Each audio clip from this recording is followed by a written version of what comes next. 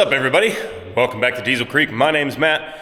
We are back on the Dream House project today, and in the last video on the Dream House we did the excavation.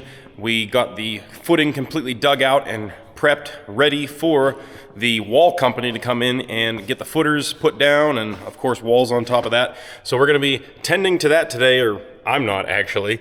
It's nice to watch other people work once in a while. So in the last video on the Dream House, our mission was twofold. We were excavating for the basement slash footings, and then we were also taking that material from the excavation and bringing it back here behind the shop. And in today's video, we're going to finish up that laydown yard that we were basically building out with the fill material from the house excavation. We're going to finish getting that thing leveled off, maybe get some rock put down, stabilize our slopes. Basically, the yard will be done at that point. We're also going to cover the foundation guys coming in, pouring the footings, and hopefully getting some walls put on top of the footings. So let's get to it. I'm going to start basically cutting my driveway in here, which is going to lead right up to the garage. So we're going to establish a point down there, probably by that tree that's leaning off to the right. I'll put a pin in there and pull a string line all the way to the corner of the garage. We'll mark that out, and then we can cut out that little bit of dirt right there, get it down to subgrade for the driveway, and start putting in our big rock there, kind of chunk that all in, and then we'll be able to have site vehicles coming in and out of the site. That big rock helps keep tires clean, and yeah, people out of the mud from getting stuck. Supposed to be some loads of gravel coming in today that they want to stock here for when they do the footers. They want to fill in between the footers with a nice clean gravel. So they're supposed to be bringing rock in today. I want to stock that over here. I think things are dry enough right now. We're not going to get the truck stuck, but it's a little squishy over here. When you clear and you pull out all the stumps, you pack dirt back in as best you can, but it just doesn't pack in very great for a number of years. I did, as you can see probably, I went over this with the roller a whole bunch after I cleaned up the site when we were done digging, and did my best to pack it in, but it's probably still pretty squishy. So I guess I'm going to knock in some pins real quick, pull a string line or two, spray some paint, and then we'll fire up the case and start cutting the driveway in.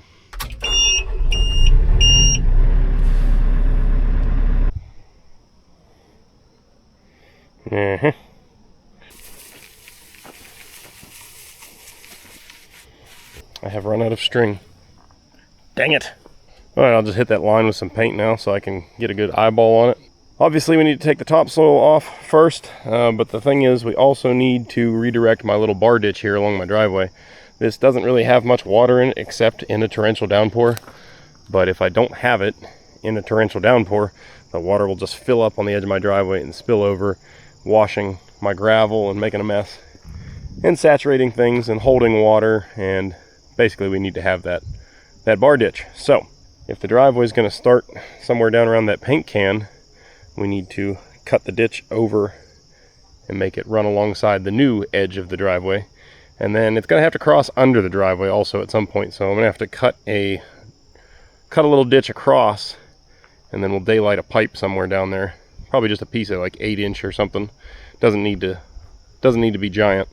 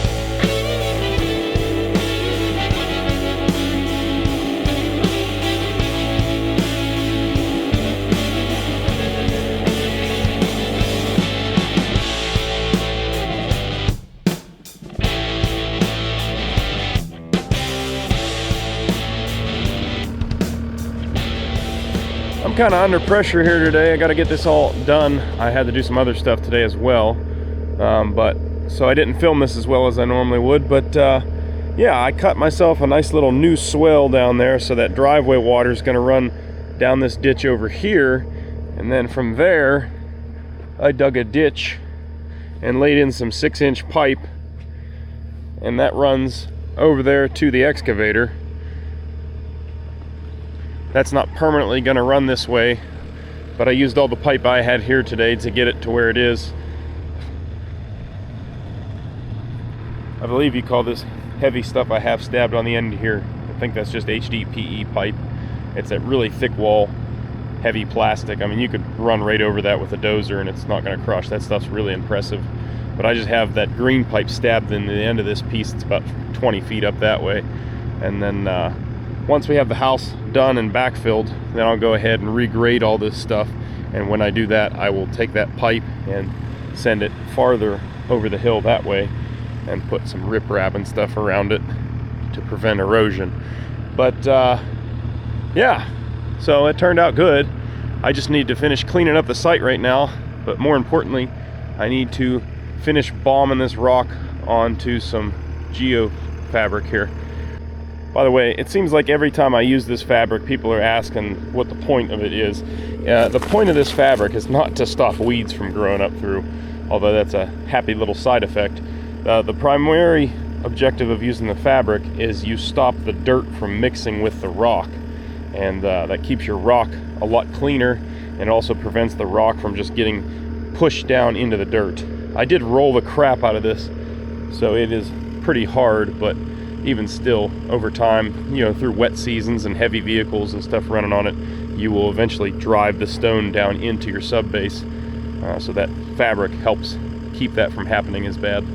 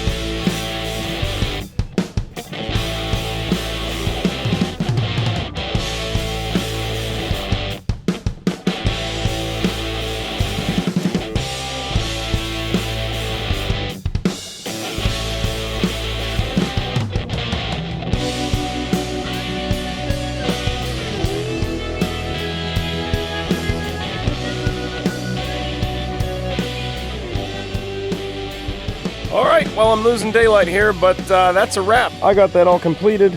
Basically, that's where the driveway's gonna wing off and head up to my future garage up there. So I burned up all the rock I had sitting here. That leaves some room for these guys to get in here tomorrow, place to park their trucks and not be in the mud. Wall guys are here, cleaning up the trenches, getting forms put in.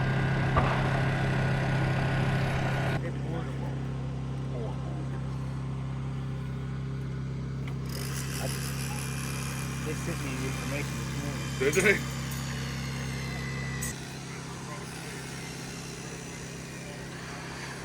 These guys are quick.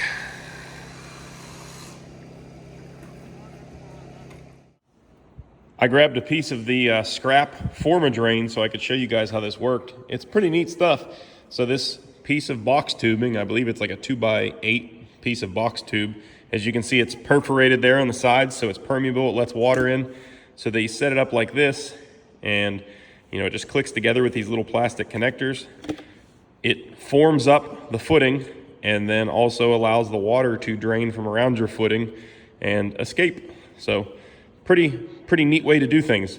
You're forming at the same time you're French draining, and then you don't have to strip forms or anything. It's just all done and in place. It's going well, but I think I just saw the UPS truck go out the driveway, so I'm pretty sure I know what that is.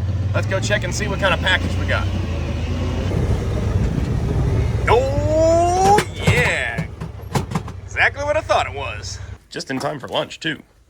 You guys have seen me talk about these factor meals before in the past, and nothing's changed. I am still addicted to them. They are delicious and about the best way I've come across to get a good meal out here at the shop. So of course you get to pick which meals you want each week, but my memory is so bad that I never remember what I picked. So by the time they get here, it's like a surprise. What do we got here? Chicken Florentine with spinach and garlic chili cauliflower, chimichurri chicken breast. I'm not even sure if I'm pronouncing that right. Ooh.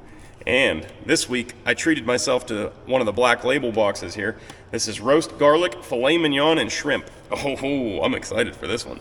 I've never had one of the gourmet level meals before, and I am looking forward to it.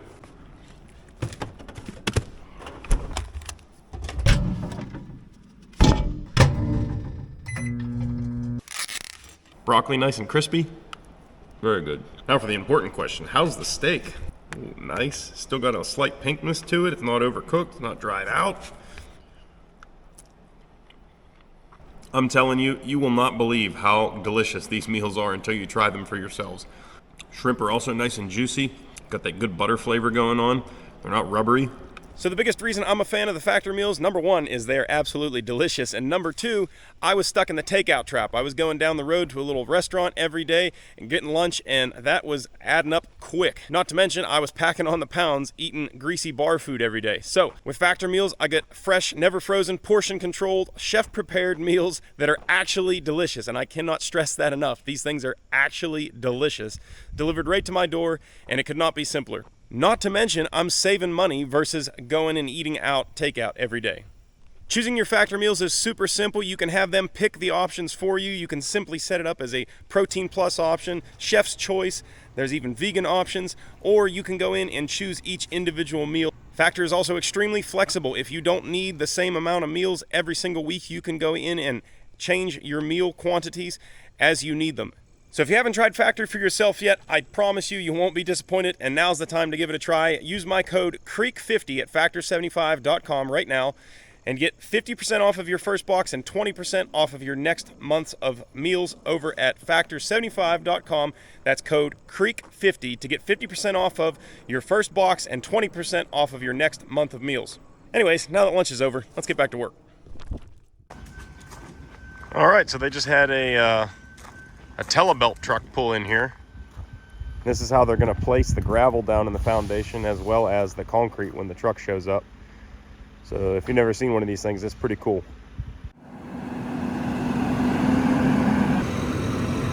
What a unit.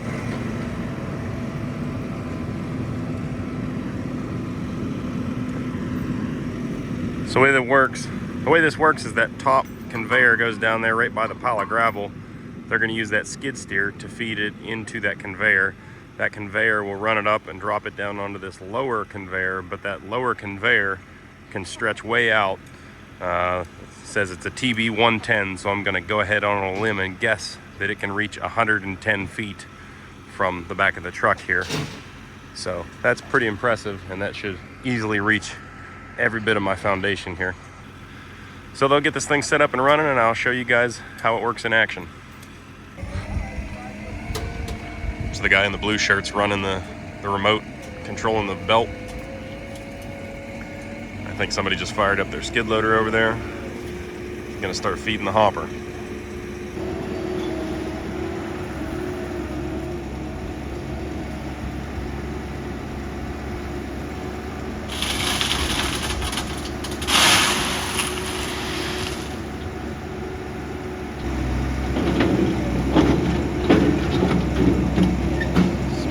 Operator.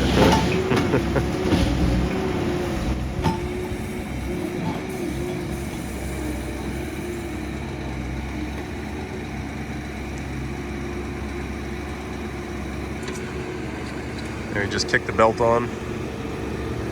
So we'll see gravel start coming in.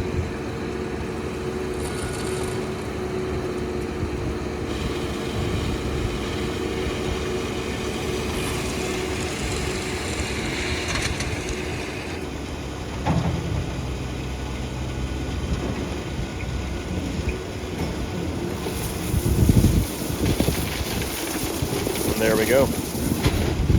Now instead of driving all kind of form pins in, I guess what they do is they just use the gravel to hold the forms in place and level them. Get them perfectly on grade.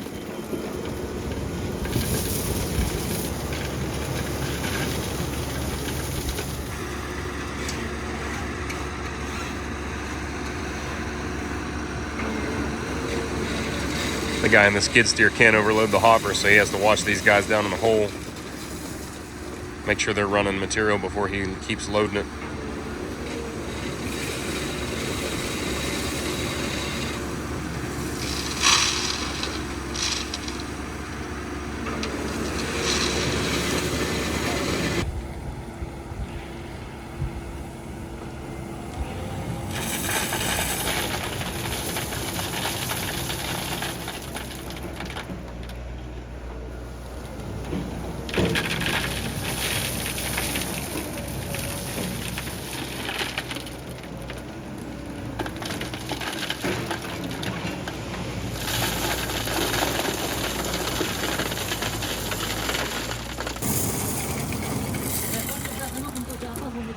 He's running around with a grade stick now, checking on the elevations. They're pulling it up and using the stone to choke under it and hold it.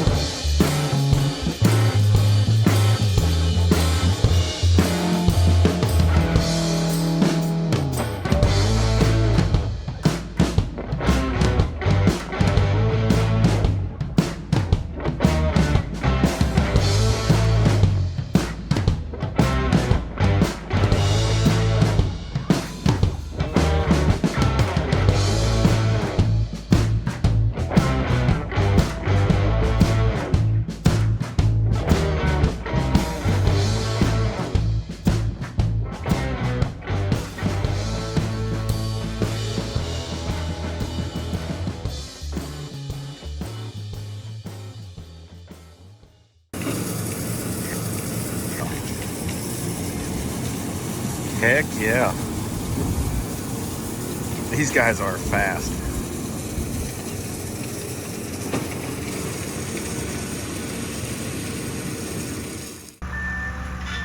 Concrete here.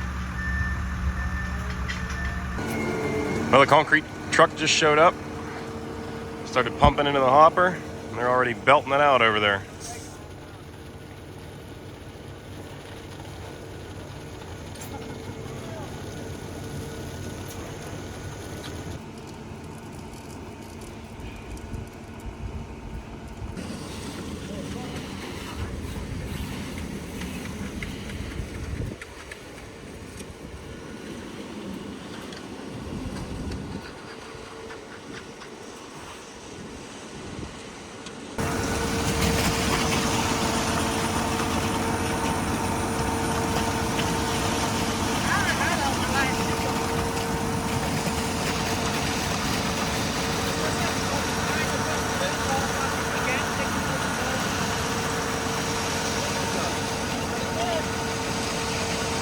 didn't even have a surprise.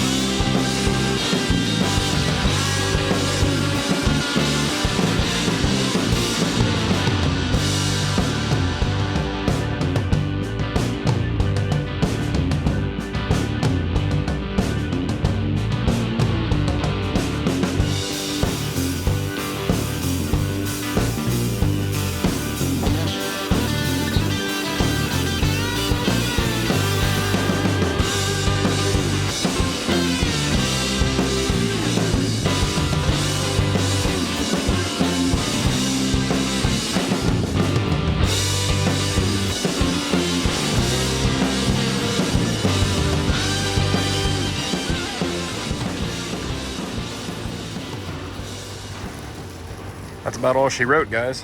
He's filling in the last haunch down there. Those are, these little 3 dots in the center are, well, they call it a haunch because they're just basically dug it out of the gravel. There's no sense in forming it. It just needs to be a thickened spot in the concrete for pillars. So there's going to be a steel beam that runs side to side in the basement here. And those thick spots just ensure that you have plenty of support for the posts that are going to support that beam. All right, it's done. Those guys work fast. Well, now that the basement is all dug out and the footings and all that over at the house site are completely done, that takes the pressure off of me to have that finished up for the footer guys to get here. So I can turn my attention back here to the laydown yard and we can try to finish this up. As you can see, I still have some piles of dirt staged out through here in a few different locations. As has been the case throughout this whole project for the last couple years, there's always something in the way and we have to move it to be able to do the other thing and then move it back or whatever. So right now, my rock pile that I already moved from over here, I moved it up there to get it out of the way so we could put the fill material in here. We leveled up this whole area here behind the shop. Now this subgrade is about a foot below the concrete grade. From here over to the shop, this is pretty much flat, and it's got enough slope that the water's not going to hang out on it, but pretty much flat. From this break over, it starts sloping down there towards the equipment, and that will keep all the water shedding that direction. So part of the reason that gravel pile's there anyway is because I wanted to get the rock established here behind the shop. Since I've built the shop, I really haven't been able to utilize this end of the building very much because the grade out back here was kind of a bit much for vehicles to be climbing up on there. You could do it with quads or, you know, skid loader or whatever could get up on that pad, but it was kind of a steep little incline. Taking something like the semi truck with a lowboy or something through there was pretty much impossible because of the grade. The reason I brought this out flat and not just sloped away from the concrete all the way to the back of the yard is because when you're coming up onto a slab like that with, say, a dozer, say when we brought the D8 in the front door, there was kind of a slight incline. So what happens is the dozer gets up over the edge and then eventually it breaks over. And that when it breaks over, even if you go as slow as possible and have protection down on the concrete, you do that enough times, you're basically hammering the concrete and you're increasing the risk of breaking the concrete. So coming in from a completely flat approach in the back here, which is about flush with the concrete, that will do the least amount of impact to the concrete and damage if you're walking stuff like that onto the concrete frequently. So in order to continue my process here and spread out the rest of this material, I need to move that rock pile. So first I want to lay down some soil stabilization fabric here, and we're going to take that, lay out a nice pad here, we'll choke that all in, and then we will finish moving the rest of the rock up onto that pad as well. And then I can take this material and put it down where the rock is and compact it all and finish spreading out whatever's left. Well, go figure. I laid out one strip of our geofabric and that was it. It worked out perfectly, but that was the end of the roll. So I got to run off to the store to grab another roll. I thought there was more there than there was.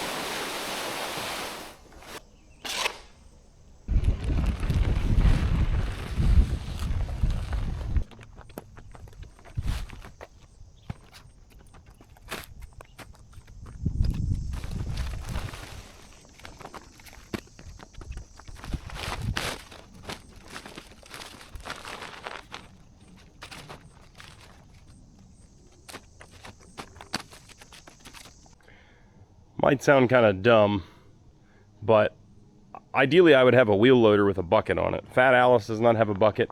I have a bucket for the 922B I picked up a while back, that guy. But it's not on. It'd take me a while to get it on there. Plus that machine isn't exactly ready to go to work. So I do have the backhoe over there, about the closest thing to what I would want to use to do this. You might think that I would want to use the skid loader, but running those tracks on this big rock really tears the tracks up. So I try to avoid that when I can. So we're gonna give the backhoe a go and see how that works out. I don't think I've started this poor thing since probably May. We'll see how this goes. Batteries are probably dead. Here we go, contact.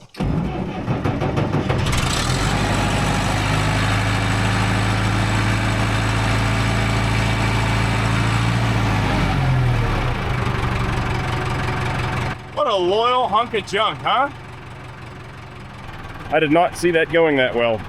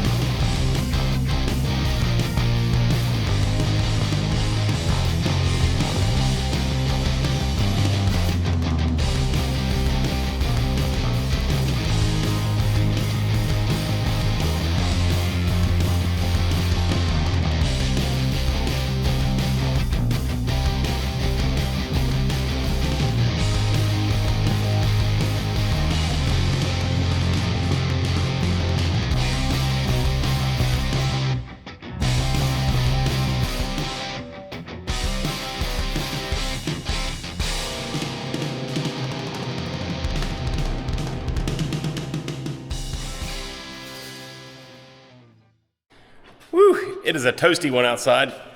Went and grabbed my sun hat because I think it's pushing 97 today or something like that. It's warm, but I'm pushing through because I want to finish up the laydown yard back here.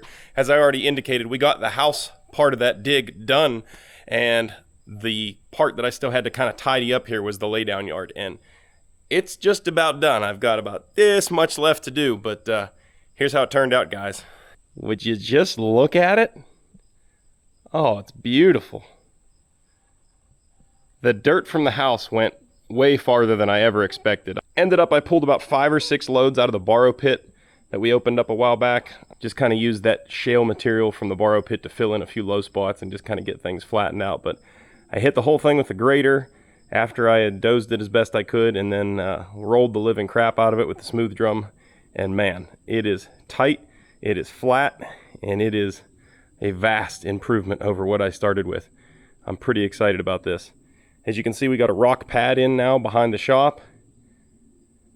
This is about 8 or 10 inches worth of big rock. We call these number ones. It seems like all over the country, different size rock is called by different names. But this is actually recycled concrete and baseball to softball size rock. And then after you roll it, some of it breaks down and chokes it in real nice. I like this better than just straight limestone, actually. So the elevation that I'm standing on is ultimately the same elevation that's the inside of the shipping container building there. There is still a slight depression in the middle here, and that's so that water will naturally kind of run out the end there. I'm going to blend it a little bit better, I think, in the future, but I'm out of rock for now, and it's good enough for the moment. It's a lot better than running in the mud that we were running in last year. I don't know how well the grades really show up on camera, but of course this whole yard isn't perfectly flat. There is still a depression that runs all the way across the yard because the rainwater naturally comes from the right side here, and it needs its own little natural depression to follow all the way out and off the hillside over there. We actually have rock out the back here now, and I'm still waiting on a couple loads of smaller rock to top this whole pad off with, and that'll bring us right up to the concrete elevation there, so it'll be a nice smooth transfer over onto the concrete. If you're driving something up there, you won't be climbing up over that edge, busting the concrete, or breaking over it with a track machine, smashing onto the concrete, anything like that. Since the laydown yard wasn't really the focus of the video, I kind of skipped over some of the boring stuff. I brought the Cabelco over here and beat in the edge of our lift here, so this is nice and tight now. That'll help prevent erosion and keep this grade that we established on top here from settling as much. I mean, it's always going to settle a little bit, I think. The last thing I need to do over here is along the edge of our fill. I already seeded it once, but I'm going to come back with the seed spreader, and we're going to seed this again. I'm going to seed the living crap out of this so that we can get some grass established on here before we get into the fall months. Once we get the seed on it, I've even got some Curlex matting that we're going to roll out across this and staple it in, so that should really eliminate any chance of erosion we have.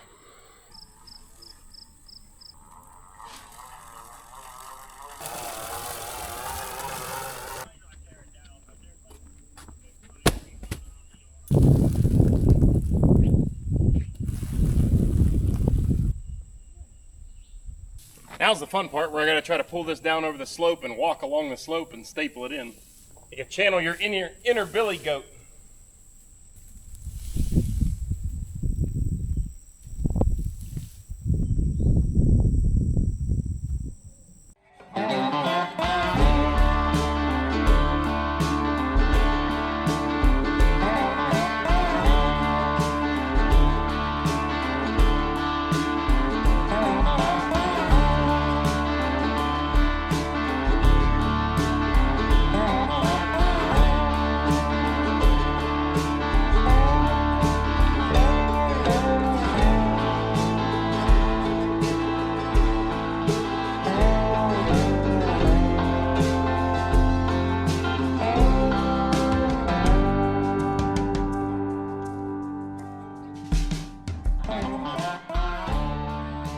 Well, I was actually thinking that we were going to wrap this video up without spreading some top coat gravel on here, but I made a phone call and was able to get it quicker than I thought. So we got 2 loads dumped here. This is like a we call them 57s. I think I've talked about this before. Different parts of the country called different rock products, different things, but this is like a 3/4 minus, and actually this stuff's more like a 1.5 inch minus, but mostly 3/4 minus. Yeah, so this is clean washed gravel. It doesn't have a ton of fine small junk in it, but it does have enough small stuff in it that it'll lock together pretty well. So that's my hope. Let's grab the skid steer, start spreading this stuff out. Well, it looks like the concrete forms are here. I don't know why they didn't pull down the driveway. They just backed a 1/4 mile down here, but there was room. They could have turned around. There's a second form truck coming in. Man, that's a lot of panels. We're gonna have to go over there and have a gander at them setting these things up. It looks like they have a crane mounted on the truck there. Yeah, they're not messing around here. Looks like they set a basket full of their tools and connecting pins and stuff down there first, and now they're setting in some baskets of panels. I bet you they have this thing up pretty darn quick.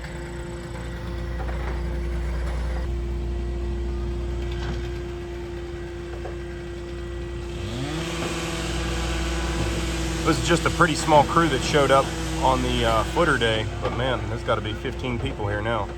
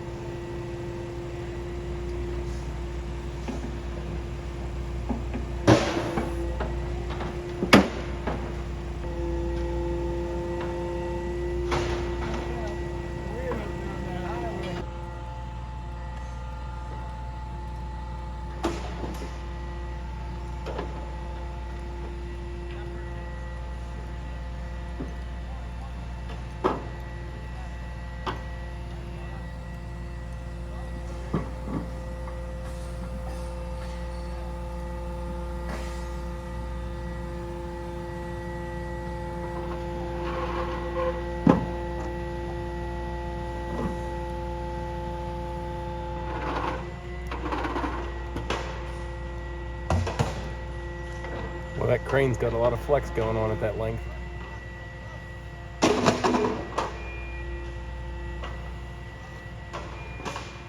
Ooh, buddy.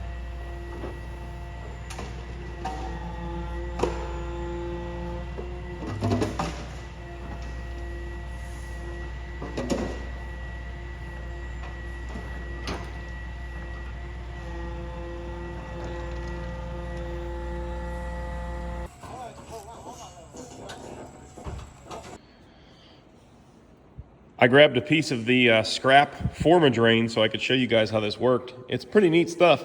So this piece of box tubing, I believe it's like a 2x8 piece of box tube. As you can see, it's perforated there on the sides, so it's permeable, it lets water in. So they set it up like this, and it just clicks together with these little plastic connectors. It forms up the footing and then also allows the water to drain from around your footing and escape. So pretty neat way to do things. You're forming at the same time you're French draining, and then you don't have to strip forms or anything. It's just all done and in place. Okay, they dropped off these panels on a Thursday. They worked for just a couple hours here, and they got up, I'd say, probably a little more than 2/3 of it, or a little less than 2/3 maybe. So you can see the general gist of what's going on here. They got a rebar mesh tied into the footer, coming up through the wall panel here. Those little tie backs that hold the forms from spreading out. And then, of course, the form itself. Inside and outside, they left a couple spacers down there for my heat line coming in from the boiler, a water line and a power line coming in. As we discussed earlier, the forms for the footer are the French drains, so that's what that pipe there is. It ties into the lower tier on that frost footing. I'm standing on top of one of the forms right now. I have the skid loader over there idling because we have to do a little bit more before they show up tomorrow. They're gonna finish forming this all up, and then they're gonna pour the walls. At the same time, we need to pour some footings for my deck supports out here. There's gonna be 4 posts to hold up the deck on the back of the house here. So we still have to auger those out before the concrete gets here. So I'm gonna knock those out today. They gotta put some box forms around those after the holes are drilled. I wanna get that done before they get here. So I think probably by tomorrow at noon, they'll probably be ready to pour concrete and be out of here before the end of the day, that's for sure. These guys make quick work of it.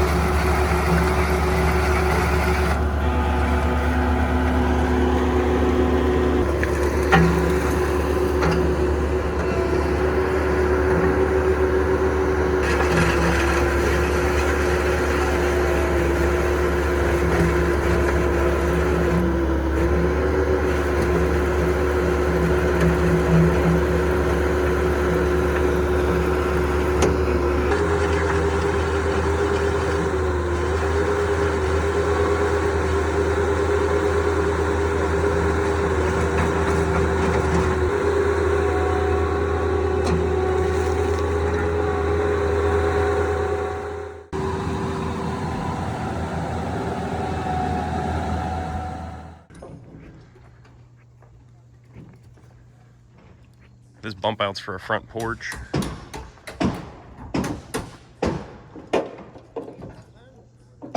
That guy in the red standing right on the edge of what will be the garage wall. Looks like they're about 80% done with the form work. A little bit more to do over in that corner. I'll bet you they have concrete coming here pretty quick. I've been in the shop busy working on stuff. These concrete guys are getting ahead of me over here. They got all their form work done, and the pump truck just rolled in. It's getting all stretched out there, ready to rock.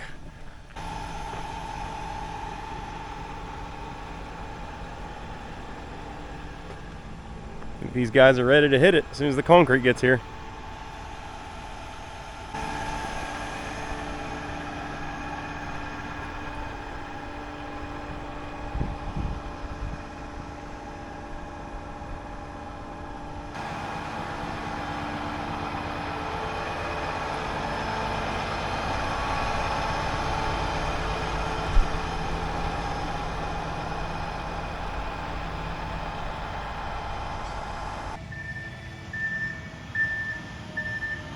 Concrete's here. The concrete truck, the first one, just pulled in. I didn't realize it earlier in this job. I was kind of just in my mind thinking this was probably going to take in the neighborhood of 20 to 25 yards of concrete, and I was way off. They said 78 yards of concrete are going into just these walls, so I don't think it's going to go anywhere, at least.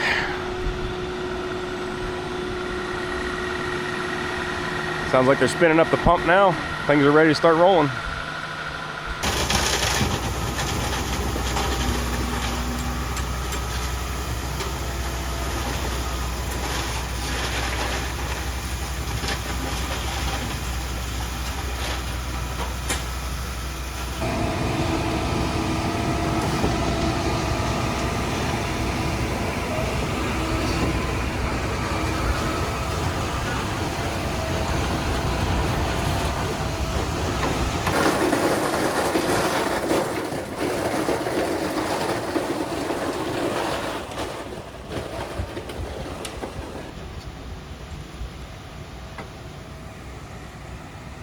Those guys are using the rods up there to make sure they're getting all the air bubbles out of the concrete. You normally vibrate stuff like this, but they said because they have to wet it so much to pump it, if they vibrate it, it'll actually separate the concrete. All the rock will come to the bottom and the cream will rise to the top. So they do it like this and they have good success. So I'll let them do their thing. They obviously are a lot more experienced than I am. Got these deck footings all formed up and ready to go too. When they're done with the walls, they'll fill up these holes that we drilled with the skid steer. Looks like they got this side done already.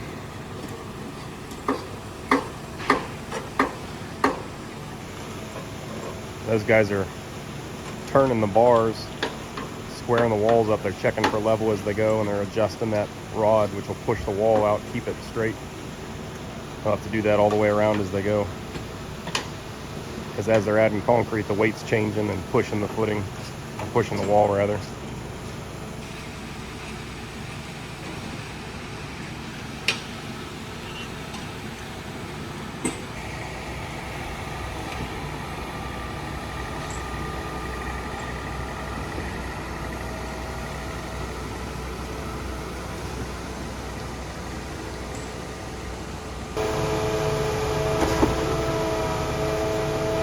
They just shoot it right into that hopper, and then that pumps it all the way up through all that boom.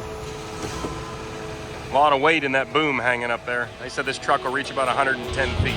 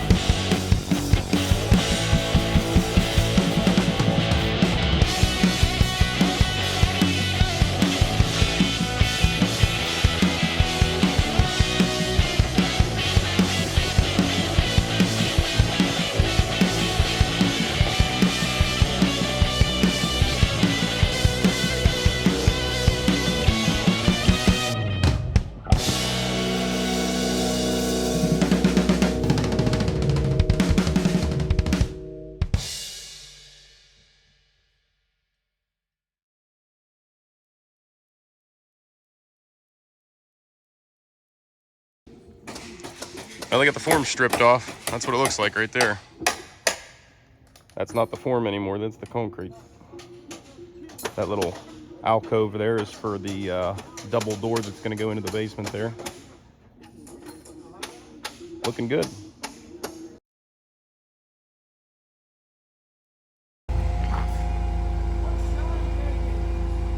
Looks like these guys are pretty well stripped down.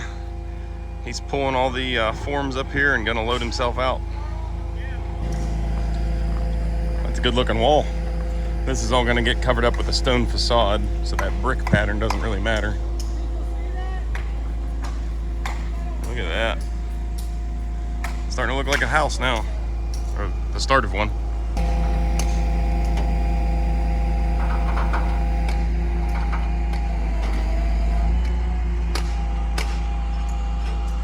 It's turned out looking awesome.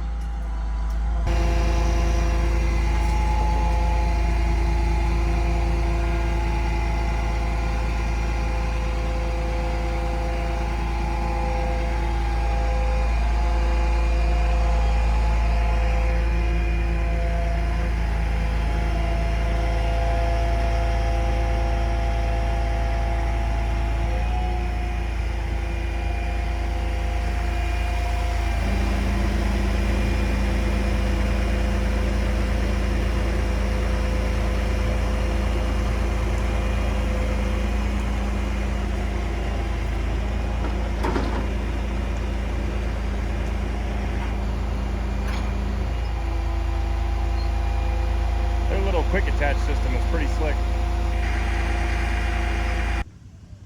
Oh, check this out, guys. It's starting to actually feel like we're building a house. You can start to tell what's going on here. So we got a front porch, and then the entryway is kind of bumped out behind the porch. That helps increase the stability of the forward wall in the grade there, not to mention just looks aesthetically pleasing in my opinion. Over here you can see the bump out for the 2-car garage, a man door on the left there. Some people were telling me to make this garage nice and big. They're like, in the comments they said you can't ever make a garage big enough. I know, you can't.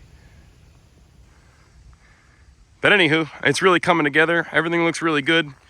There's a few blemishes that were in the formwork, like you can kind of just see how, you can see the individual panels where they were.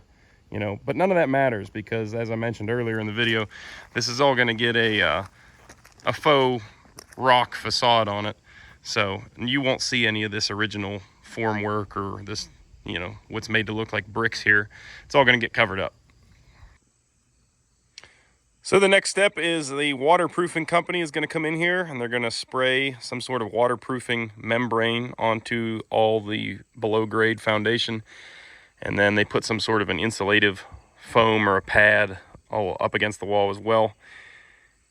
In the midst of all that going on, I believe in the next day or two, they're coming to set the main steel beam that goes from there over to there. So that should be a neat little event to record. I think they have some sort of crane truck they use to set that. And I know the builder asked me, there's a smaller one that goes in the garage, but of course they're not ready to set that one yet. There's no framing there. And he asked me if I could set that. I said, yeah, I think we can handle that. So yeah, things are really coming together. I'm starting to get excited about it. I feel like we might actually have a house here. So I'm essentially standing in what will become the front doorway here. And I'm looking through the back of the house. And with the way we're building the house, we're going to have an awesome view down through the woods here. I know it doesn't really come through on camera very well, but I've been selectively thinning and clearing out this bottom land below the house, and you can see the creek all the way back in there. And from the elevation of the living room or the back deck, we should have a really awesome view of the creek, which has been my goal all along. So looks like it's coming to fruition finally. All right, well, things are moving along faster than I thought. The waterproofing guys beat me here this morning. They're going to get this sealed up. We just went around and established grade lines, so that black line you can see coming across there, that's going to be my finished grade up against the house. And it kind of tapers down on this front and wraps around and goes all the way down the side there. So I'll have to blend that all together, but I think we can make that work. It's nothing's too steep about it. It's easy to get a mower on still. should work out pretty nice. The guys just walked around the whole house with me, checked everything, and then they said it's only going to take them about 2.5 hours to get this done. So that's pretty cool. And there we go. That's the stuff they're spraying right there.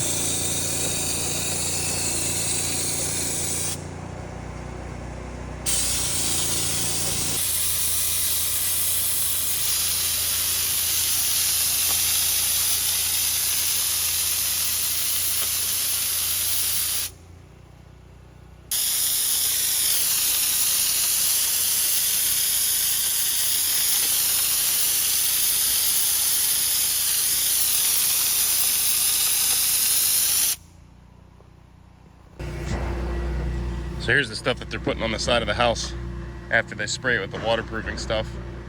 I think this is mainly to protect the waterproofing membrane from being punctured.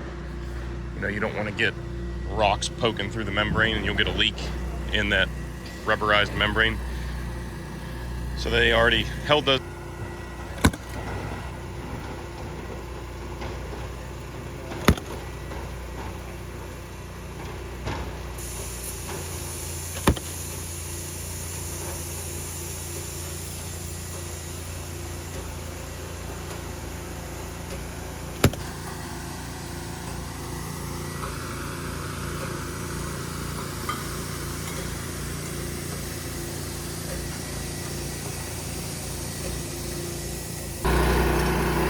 There's their spray rig.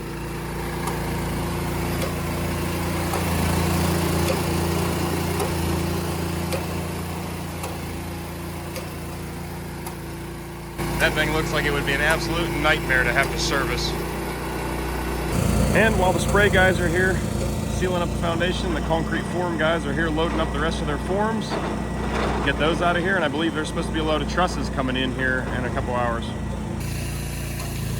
Good video of the process right here. They just worked their way right around the corner, all the way up here. Guy ahead of them spraying the sealer on while the guys behind him put up the foam, felt, whatever you want to call that, and then nail it to the wall. He's doing a nice good job though. He's putting it on nice and thick. I like to see that. I'm sure some of these companies probably try to save a buck by just putting a quick fast skim coat on there and not really getting the proper coverage on it. Doesn't seem like these guys are. Well, I had to run out for a little bit, and in that time, the waterproofing guys got her done. Looks good, and I even had a surprise when I got back here. We've got some materials on the ground. We are finally building the house here. This is looks to be just all the truss package. So if you've never seen the way they dump those off the truck before, I'm bummed that I missed it, because if you're not experienced with construction, it seems like something you should not do, but it is the way that trusses are delivered to just about every job site, and 90% of the time, I'd say, they turn out just fine. It just doesn't look like something that trusses should be able to survive, but in fact, they do just fine with it. Where we're at right here is on some gravel, and it's high and dry, so not a problem. Plus, I was worried that the trusses from the building were gonna sit in the mud for 3 months before they built the building. These guys here, I have a feeling, are not going to be sitting there very long. It seems like my builder is moving and grooving here. We got things happening now, so I don't think they're going to get to sit there too long. In the back here, this is below grade, so it's not nearly as critical to have this part waterproofed. In fact, they told me they don't typically do this, but I asked them to do it anyways just to make me sleep a little bit better at night. I do understand their logic. It's below the basement slab, so theoretically it wouldn't matter if water got in there anyhow. Especially being on the low side here, in the glacial till, not to mention good French drains inside and outside of the footer. There should never be any water issues here, but you got one shot to do this right, and I figured you're better to overkill it than underkill it, you know? Starting to come together. I'm getting excited. Well guys, they just finished dropping off a few loads of gravel for me, and I can take the skid steer and start backfilling all the foundation walls now. It's been about 4 or 5 days since they stripped the forms off now. So everything is good and hard and cured, and I can go ahead and start putting that gravel in there. So I'm gonna go hop in the skid steer and start backfilling, but unfortunately for you guys, that's gonna be incorporated into the next video. So if you guys are liking these videos on the dream home build, be sure you stay tuned. There's going to be more to come. However, I know it's not everybody's cup of tea. This channel is more about heavy equipment and repair and maintenance and all that kind of thing. So if those are the videos you're looking for, well, there's plenty of them you probably haven't seen on the channel. Not to mention, I'm still got plenty of those kind of videos coming at you as well. So if the dream house isn't your thing, don't worry about it. I'll catch you guys in the next one. But if you did like the video, be sure you do me a big favor. Drop a comment down below and hit that thumbs up button because it really helps out the channel. It doesn't cost you guys a dime. As you guys may be noticing in the background here, the leaves are starting to change. They're falling. You guys know what that means. The fall's on its way. So if you guys are looking to pick up a nice zip up or pull over hoodie over at the store, you can do that at the store. That's dieselcreek.com. Link as always down in the description. You'll be helping support the channel and you'll be looking really good doing it. So if you're interested in that, the link is always down in the description. That's dieselcreek.com. But that's all I got for now, guys. So as always, thanks for watching and I'll catch you on the next one. Later.